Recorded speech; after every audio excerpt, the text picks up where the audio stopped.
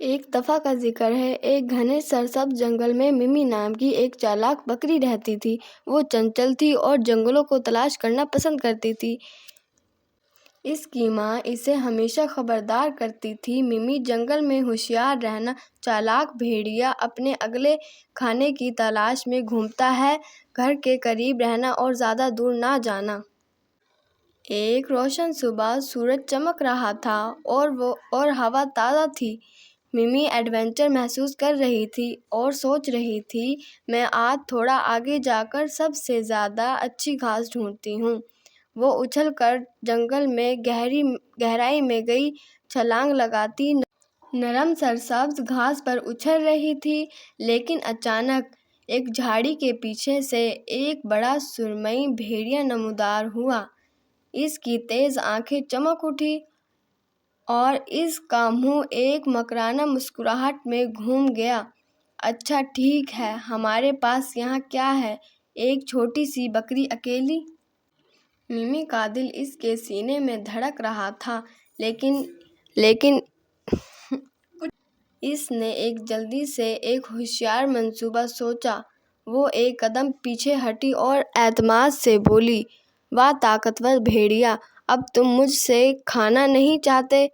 بھیڑیا حیران ہوا، کیوں نہ، تم مزیدار لگ رہی ہو۔ ممی نے سر ہلایا اور کہا، وہ میں مانتی ہوں، لیکن مجھے دیکھو، میں پتلی اور کمزور لگ رہی ہوں۔ اگر آپ صرف چند دن انتظار کریں تو میں یہ ساری تازہ گھاس کھانے کے بعد زیادہ موٹی اور صحت یاب ہو جاؤں گی۔ بھیڑیے نے پیشکش پر غور کرتے ہوئے اپنے ہونٹ چاٹ لیے، لیکن وہ بہت بھوکا تھا۔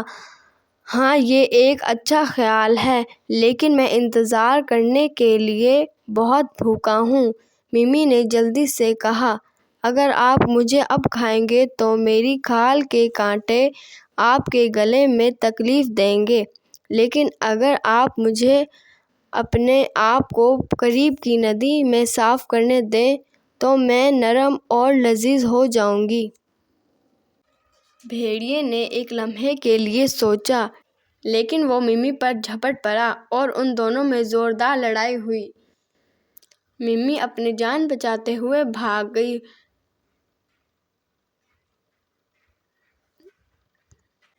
اسی جنگل میں لیام نام کا ایک چھوٹا مما رہتا تھا۔ لیام کو اپنے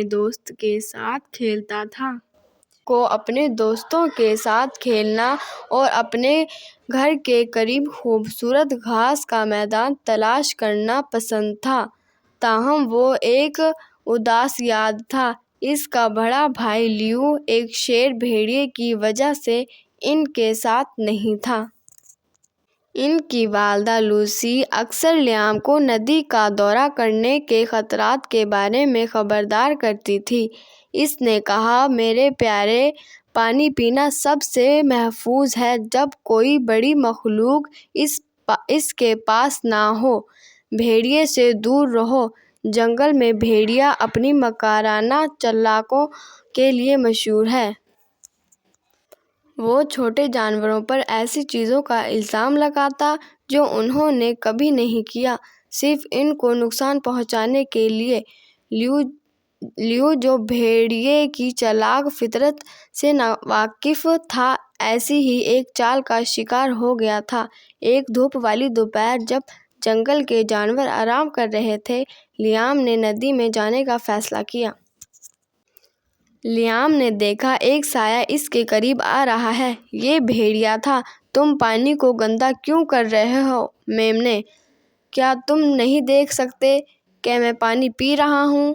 بھیڑیے نے کہا۔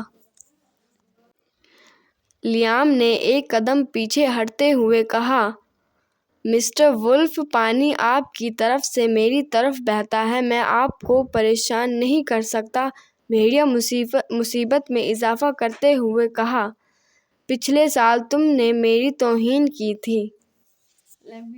اوہ نہیں مسٹر وولف، وہ میرا بڑا بھائی تھا اور آپ نے پہلے ہی اس کے ساتھ معاملہ کر لیا تھا۔ لیام نے محتاط انداز میں دریا کے کنارے کی حفاظت کے قریب جاتے ہوئے جواب دیا۔